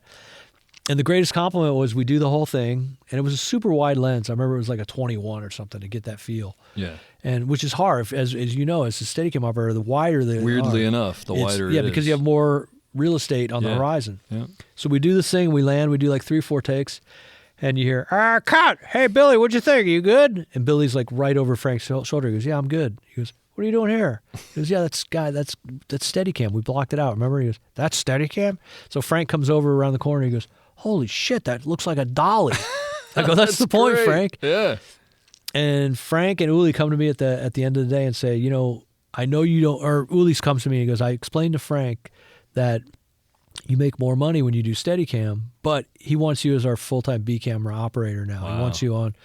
And I said, "Uli, I'm in this business to make great movies with great people. Yeah. I'm there." And I finished the movie as a B camera operator. Look, Steve Martin and Eddie Murphy, I mean, right there. It was the best. I mean, we did stuff up at Griffith Observatory, 4 a.m, all Steadicam, where we're sneaking through, and we had all this stuff where Steve's sneaking through and all the Mexican film crews behind him. A Mexican film. Oh, they're the best. Right? The The guy waiting out in front of Home Depot. So I know, it's so funny. Well, it was the best because Steve wrote it, and him and Frank go way back. Yeah. And Eddie was super thrilled to be there. Oh, such a. But funny we would do movie. these long Steadicam shots, and we'd do like a bit of coverage. We'd go, okay, let's go over them to do the same thing. And then we get to the thing where we go, cut. Okay, Frank would look back and go, from Video Village, he goes, "Well, Guy, what do you want to do next?" And I go, "Well, and Eddie Murphy and Steve Martin turn their head towards me. I go, there's something nice about what if I let Steve go and I stay with the guys, and then I whip pan back at Steve, and he realizes he's not, and Steve goes, "That's great. Let's do that." Oh, man. I know, dude. It was a wet By the dream. way, when you come up with something in Steve Martin, It was a wet dream. And Frank was like, "I love that. Let's do it again." Because we were doing good on time. That's so great. We were lit. We were in Griffith That's one of those where Observatory. you're driving home and you're going, "I can't believe I'm doing this. Yeah. I can't believe that this is my job." Yeah. And then the other funny story I always remember about that is we shot the scene where they make Eddie run through traffic across the 101 or whatever, 110 or whatever it is. We shot that on a Sunday by Dodger Stadium. Sure, so you can control everything. Yeah, right? and it was crazy because you drive into Dodger Stadium parking lot, and there was an arrow this way for stunts and the arrow for the crew. There was like 400 stuntmen because there was every car, sure. that was all precision drivers. Wow. And so they had their own breakfast catering. But the great thing was I worked a little bit with, it was early on for when I started because I didn't start the movie. So we get there that morning, and finally they go, "Okay, we're ready to bring Eddie in," because we had to do plates driving close lane, driving far lane. Then we did some stuff with his stunt double running away. Yeah. And they go, "Okay, bring Eddie in." So Eddie comes in. We're not quite ready for him yet. And I said, "Eddie, it's Sunday morning." I said, "Eddie, last night they replayed the best of Saturday Night Live, and it was yours." He goes, and I go, "And that's that one sketch where you spend the day as a white man." Oh, I remember that. They give things to each other. People give for each other free. money. Yeah, here, take it. There's tons of it. And What is he? He goes into the bank and he's like, "Well, let me pay this back." I'm like, "Hey, you don't have to you pay it back." or not. We don't care. That's right. And so I tell him all how great that was, and he does the classic. Yeah, the guys that wrote Nutty wrote that for me. I go, "Man, that was so great." And I go, and then they did a couple Gumbies or whatever. And meanwhile, I look over and the whole crew's looking at me like, "Dude, what are you doing?" Why are you talking to Eddie Murphy? Yeah. Well, I never got the speech that you don't talk to Eddie. Nice. So to make a long story short, they tell me later that day, "You're not really supposed to talk to Eddie." I go, "Look, he would stand next to me. Sorry, sue me."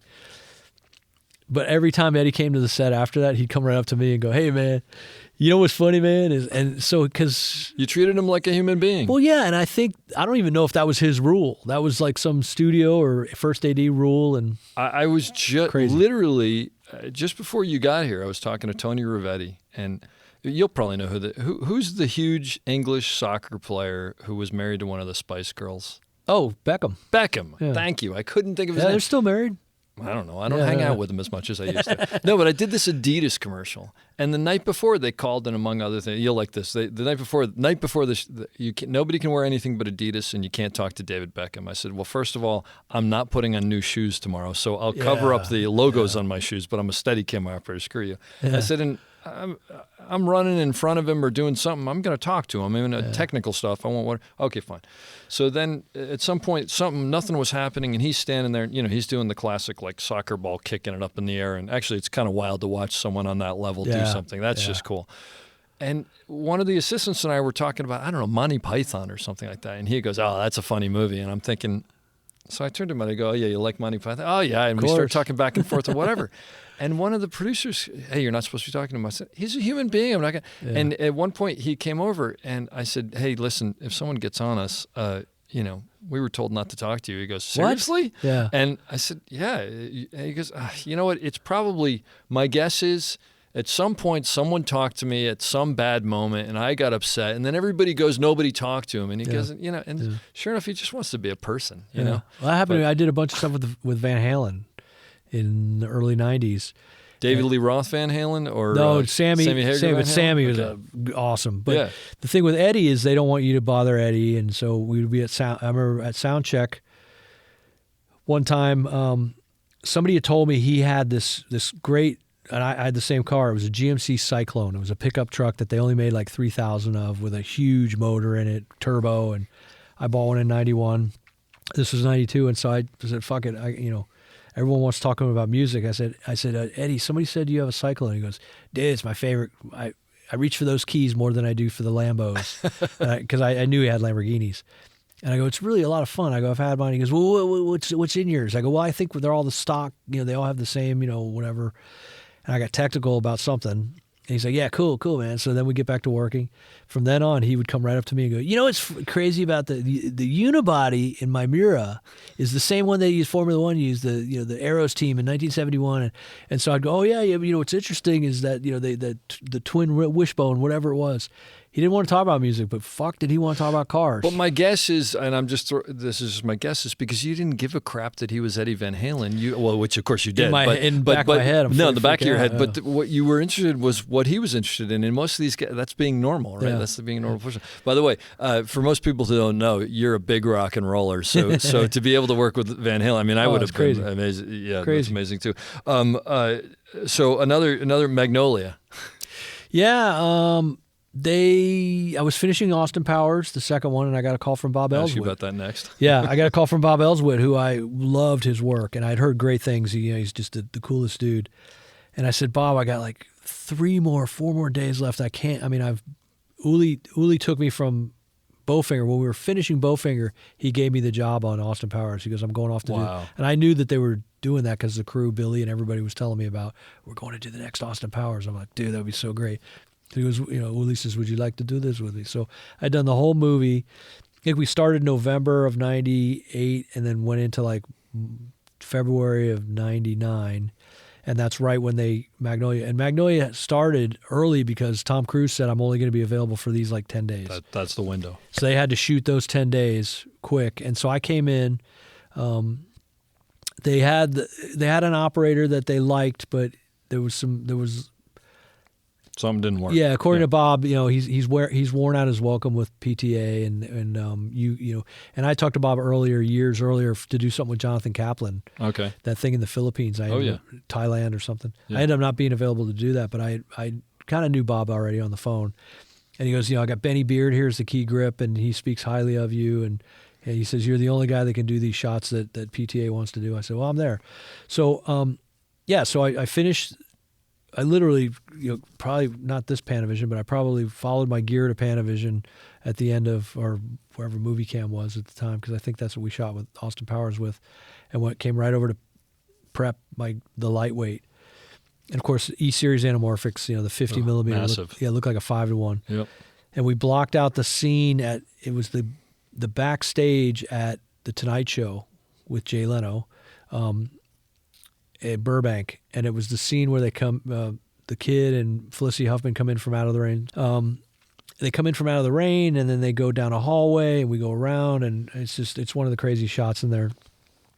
But they didn't have Steadicam full time, and Bob Ellsworth was operating the camera. They had a perfectly great operator sitting on the camera truck reading books. Good for him, good gig. I wouldn't have liked it, but no. And then we get in an elevator, and we go up, and we did like 13 takes, but we rehearsed. I met those guys like a couple days before, and we blocked it out. Like, because they had already shot a whole 12-hour day, and I think I had already shot like a 12 or 13-hour day on Austin Powers. And then we show up to do that shot. I think the whole day was the first, up until lunch, we just rehearsed it, got the background artists and everybody going. Because I had to get in an active elevator. And if that thing screwed up and took extra time, we were dead. Yeah.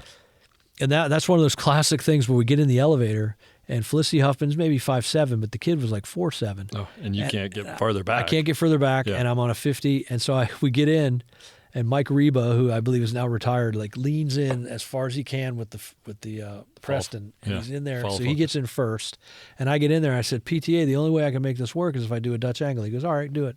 I'm like, no, I'm fucking kidding. I'm not. He goes, you can't do a Dutch angle? I go, yeah, but it's got to be a Dutch angle. Yeah, so I had to hold the camera out in front of me in Dutch angle to keep her headroom. And then I had to get out of it. I had to let Mike Reba get behind me out of the elevator first. So I get in, and I feel the elevator, like, if I leaned too far in the elevator, it would open back up. Jeez. So I had to find that perfect spot, and then as I felt us move, I could lean.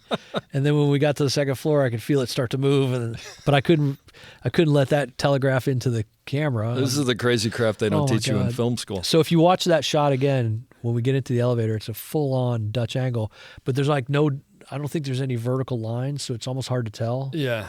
It's crazy. And then we did like 13 takes, and I got to the 12th or 13th take, and I'd never had this experience before, but my knees were shaking. Oh, geez. And I literally was going to buckle. And so Bob Ellswood's got the greatest voice, like, hey, Paul, guy's I think he's kind of shot here. I go, yeah, you just got to give me like 15 minutes between takes and a banana. And PTA goes, we got take 7 and take 9 are perfect. He's like, that's why good. We do 13 takes? So I ended up doing more days on that and more crazy shots. But like we're getting to the end of it, and I knew we were at the end of it because we did the wrap party, and we still had like another couple of weeks to go. I don't know why they did the wrap party early. But like a day before the wrap party, I get the call from Chulak to come do third watch in New York. Oh, there you go. So I say to PTA at the wrap party, a couple tequilas in both of us. I said, hey, I got a shot to direct, and I can't turn it down. He's like, dude, that's John C. Reilly right there. I go, dude, I know, believe me, it's one of my favorite. It's my favorite actor, Philip Baker Hall. Are you fucking kidding me, guy? He just busted my balls. He goes, well, you gonna get final cut? I go, no, you get final cut. I don't know how you do it. You're in your 20s, but yeah, I was able to call him kid. But I went off to do third watch, and then the sad part was like somewhere halfway through third watch, Bob Ellswood calls me. He goes, hey, I'm doing this movie in Montreal. David Mamet wrote and directed, is going to direct. A thing called, was with Delroy Lindo and Gene Hackman, one of Gene's last movies, Danny DeVito. Anyway, it was in Montreal, and so I had to turn that down. But Bob gave me a good piece of advice. He goes, remember, when you direct TV, you're directing for everybody but yourself. You got a studio, a network, a showrunner. Everybody it's never going to be personal. He goes, so I think he even told me this. So pick out a scene a day or even a shot a day that you like and that you consider your signature kind of feel. And so I keep that in the back of my mind. That's funny because that's one of the things that why I didn't like directing when I did. I didn't do anywhere near what you did, but I just felt like everybody else had what they wanted from you. Yeah, and I mean, it was tough to actually see through that. Yeah, if you accept that that's the job. Yeah. I mean, at my age now, and I've been so slow in the last few years that I realize that that's the thing that kind of drove me crazy about it. But when your agent calls you and says, hey, we got an offer to do blah, blah, blah, or we got an offer for you to do 3 episodes, Supernatural wants you to do episodes 3, 9, and 15. You just go with it. You came up with a very specific shot on Austin Powers, The Spy Who Shagged Me, as I remember. Is that correct? The whip over and the tilt down? Yeah, and that was on a wheeled head. Yeah. Yeah, we were. It was like our first day with Vern. Yeah. Who was the coolest? This Mini-Me. This Mini-Me. Yeah. This dude was into chicks and muscle cars, and he was a macho man trapped in that little body. He was the fucking coolest guy, man. And he walked the walk and talked the talk because he would go to Playboy Mansion. Oh yeah. He come in every day with a big hoop earring. Yeah, big hoop earring and a leather jacket. He was the cool. We loved him so much. But so the first day I don't know if it was the first day with Vern, but it was the first day they introduced him on film, and it was a ton of lighting because it was the whole thing with the shadows. Yeah. And behind the door. Yep. And so Jay Roach, I'm on the tighter camera. Billy O'Drobanak is on the wide camera, and I'm on the tighter camera. And we did a thing where I just sat and parked, and I waited for when Mini-Me comes in. I was on his headroom, and the door opens, and I'm sitting there. Sitting pretty. Yeah. He just walks into a shot. Yeah, but the shadow made it look like he was a normal sized person. So I said to Jay, I go, let's do one more rehearsal. Watch this. So I set my headroom for what I thought was going to be a 6'1" guy. Yeah. And did the whip tilt when they opened the door. Yeah. So it's almost like Austin Powers going, hey! It's such a great shot. And it was it was one of the things we just tried out. I mean, the great thing about that Austin Powers stuff was Mike literally used me as a barometer because during rehearsals you could laugh. You couldn't laugh. I was going to ask you about this. So he would say something like, or when he was fat bastard, he'd be like, I got chunks of bigger than you in my, chunks of corn bigger than you in my, whatever. I can't remember the lines. Yeah. And I'm behind the camera. And meanwhile, I'm like on an 85, so the camera at Video Village is jumping up and down, and I'm going. And so Mike would come out of character for a second, whether it was Dr. Evil or whatever. He'd go, okay, Mr. B's laughing, so I know let's put script script supervisor. Make sure I say that one. That's great. Or even I want my baby back ribs. Everyone's like, Mike, they're gonna, the company that owns the publishing to that. Well, let's just do one, and it's in the movie. That's great. And then also there's that whole sequence, just the two of us. It was a takeoff, like the miniature grand piano on top of the big grand piano. Takeoff on like the island of Dr. Moreau. Yep. We did a whole music video. We shot this whole thing, and wow. we're having a blast with. And Seth Green and I go way back. We're laughing, and it's all that just the two of us with the alternate lyrics. It's great. Shot the whole thing, and I'm looking at Uli, I'm looking at Jay, even Jay Roach, and I'm going, this is awesome, but it's never going to be in the movie. There's nothing in the narrative that he goes, just watch, guy. Yeah. And it's in the movie. Yep. And the scene where Mini-Me gets inside of the spacesuit, and trying to be that whole scene where he's beating up Austin, he takes his glasses off. It was all Steadicam because there's no way to put a conventional camera in there. Yeah. So You're Billy seeing too much. Yeah, Billy O and the A camera crew were on the camera truck for like 2 days straight. And we just laughed and laughed, and I just looked at Jay, who's very serious when he's directing. I said, Jay, this may go down as one of the funniest sequences ever put on film. Yeah. He's like, oh, you think so? Okay, good. All right, we're here.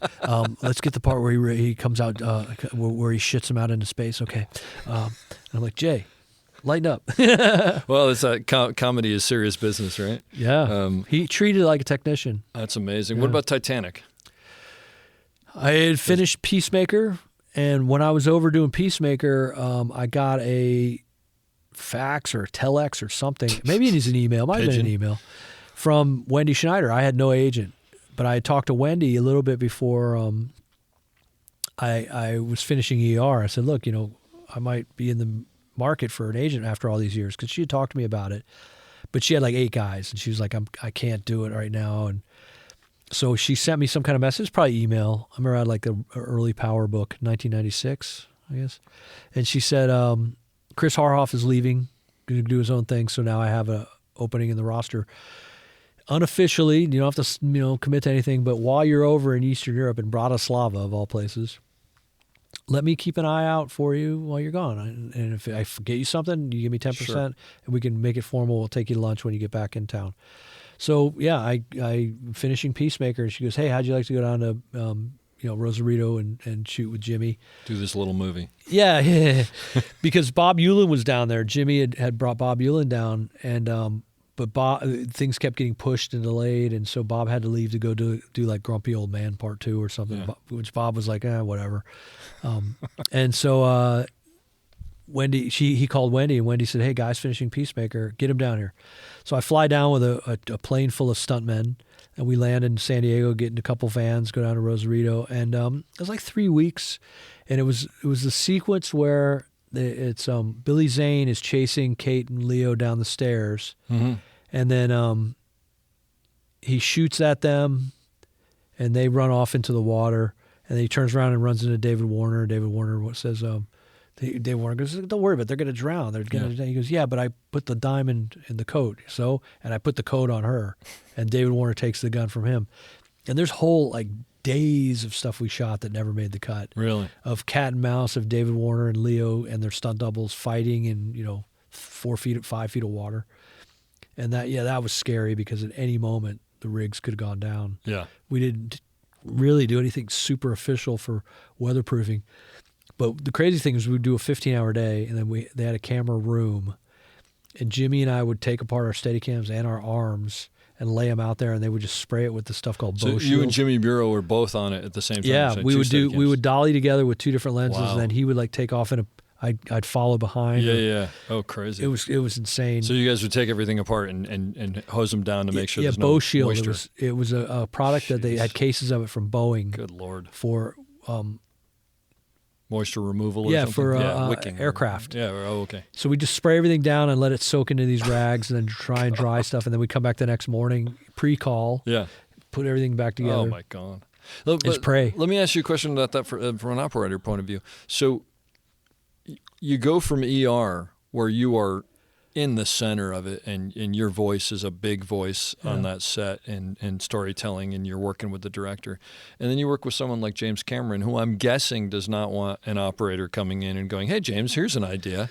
How do you navigate that? I was lucky because he loved Jimmy Muro. Okay. They'd already done T2 Yeah. and True Lies and all that stuff, and so he loved Jimmy. So if Jimmy endorsed me, which he did, he said, "You're going to love Guy," I was in.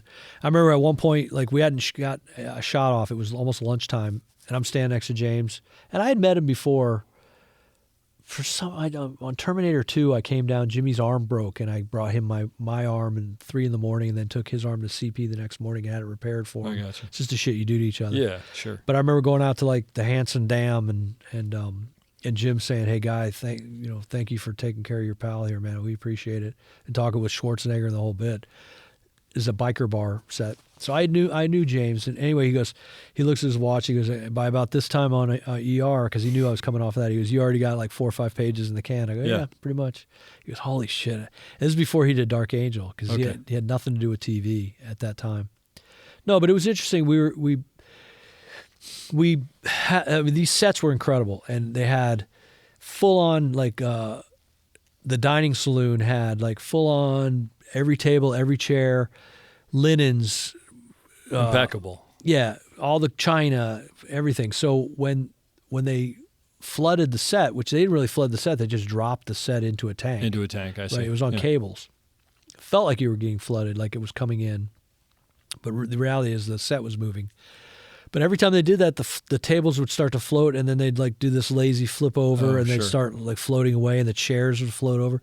And so we rehearsed it dry, of course, and then they built Jimmy and I. We both went into low mode, and we were scraping the water, and they built Jimmy and I these. We basically went out there with tape measures and said, if you make it to our legs here, then the cameras will go right along the water. The height of the water. Yeah, so we're in low mode, so all the electronics are out. Yep. And so I remember we did a take, and everything started to kind of flip over and float. It was really cool. And he goes, all right, and he cut, over the God mic. Cut. All right, let's reset. And it was cool because, you could see like David Warner walking with the gun like this and all this shit flipping over. Yeah. And forth. It was really cool. So they dry everything off. They put all new linens on. Hour and a half go by. Okay, we're ready. Let's go. Let's roll again. So we roll. And so on the second take, I think Jimmy was ahead of me, and I was like on a really wide lens, and I might have been a little tighter. And we're all focused back on David Warner, 200 feet away or whatever. And Lee Blasingame was my focus puller, and I knew Lee for years. I think God rest his soul. Just a classic, Atlanta-based, get in there, get dirty, good dude.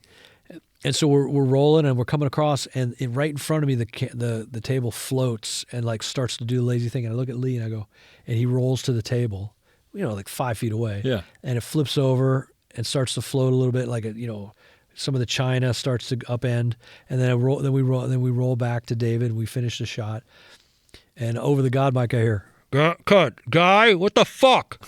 and I go, Jim, it just. We didn't see that in the rehearsal. I thought this could be a once in a lifetime thing, and I know how long it takes to reset it. And we watched the playback. He goes, all right, cool. All right, well, let's do this again. As rehearsed, and so he couldn't bring himself to like say, give you the cool, pat good on the idea. back. But I wasn't there to do that. I was there to back up Jimmy, and Yeah. it was a lot of fun. It was like ate a lot of lobster. I remember eating a lot of lobster, and they had just come off of that lobster bisque thing in Where they got the Newfoundland. LSD. Yeah, they got Oh, dosed. jeez. Which that was way before me, but I heard all the stories. Yeah, pretty if anybody fresh. doesn't know about that, just Google Titanic LSD. Yeah, lobster bisque. Yeah, and caterer go to prison for attempted murder. Yeah. Yeah, that's Did they go to prison for attempted That's murder? considered attempted murder. I didn't know that. because you could have a he's not a reaction doctor. or whatever. He's not a doctor. He doesn't know how much to put That in. was some. It's funny gallons. because I remember hearing that story and thinking, "Yeah, there's no way that's true." And then you find out that it's, oh my god, Yeah. crazy. Yeah, that's great. At the end of this, if anybody has any questions for me or whatever, I'm an open book as far as you can find me on Instagram and Twitter. What's your Instagram? I think it's BVision Yeah, Instagram or something. Yeah, Okay. BVision. I'll put it in the. I'll put it in Yeah, the, in the blog. throw me questions because that's the other thing. I've had some health things in the last couple of years that have slowed me down quite a bit, but not completely. So I've been applying to be a professor. I applied at UCLA and USC and some other place, Chicago, where my daughter's going to go in the Boy, fall. they'd At be Columbia. lucky to have you. Yeah, I mean, it's competitive, but so the whole idea of like giving back and being an instructor and talking and being a professor and being inspiration, because I mean, God, I think of all my inspirations, Ed DiGiulio and all those people that Chuck Jackson, Max, these people that were there at the beginning 38 years ago, it meant a lot. And I if I could do that now, That's I'd be the happy to reason. do it. That's the reason you're here, because this podcast. To be honest, this podcast to me is basically about. God, I wish something like this existed when I Yeah, started, because no you had to shit. figure everything out, right? No and kidding. you still do, but at least you can go, hey, let me get the best people out there like yourself and say, what do you know? Well, it's funny because like I said, like Roy gave me a piece of advice, Bob Ellsworth, Yeah. everybody's giving me Chulak. I mean, Pick up great. these nuggets along the way. Yeah, their wisdom that and they may not even remember giving that to me, but man, it's meant the world. It's meant everything. It's a guiding light, and you always fall back on them and lean back on them, and it's a good thing. Well, listen, this was phenomenal. I really appreciate it. I'll leave you with this. I always ask this. I'm a new camera operator in the business. I'm trying to make my way. You got any advice? Use your biggest tool, obviously, is your eyes. Duh. Study on what you consider good composition. And know the rules. Know what rule of thirds is. What that Spielberg movie, Fablemans, they talk about the horizon, right? The last scene, one of the last scenes. Know what good headroom is. Know what good nose room is. Study what is good composition. Take a lot of pictures on your own. With an iPhone, you can do it all day long, and then if you don't like them, you delete them. It's the greatest thing in the world. I have an 18-year-old daughter who's about ready to study film in September, and I keep telling her, what a great tool the iPhone is. Get a good director's viewfinder app. The Cadridge is the one I love. But okay, so eyes obviously, but Mr. Chulak used to tell everybody, guy's best quality is his ears. He listens. He pays attention. He watches rehearsals and takes note of everything. I didn't memorize dialogue, but I certainly knew where to be when I needed to be there. because everybody was relying on me to be in certain areas so they knew where to deliver their lines. So pay attention. I mean, I know it sounds like so rudimentary, but use your ears, listen, and know, again, that I made a joke about take the temperature of the room virtually, not literally, obviously.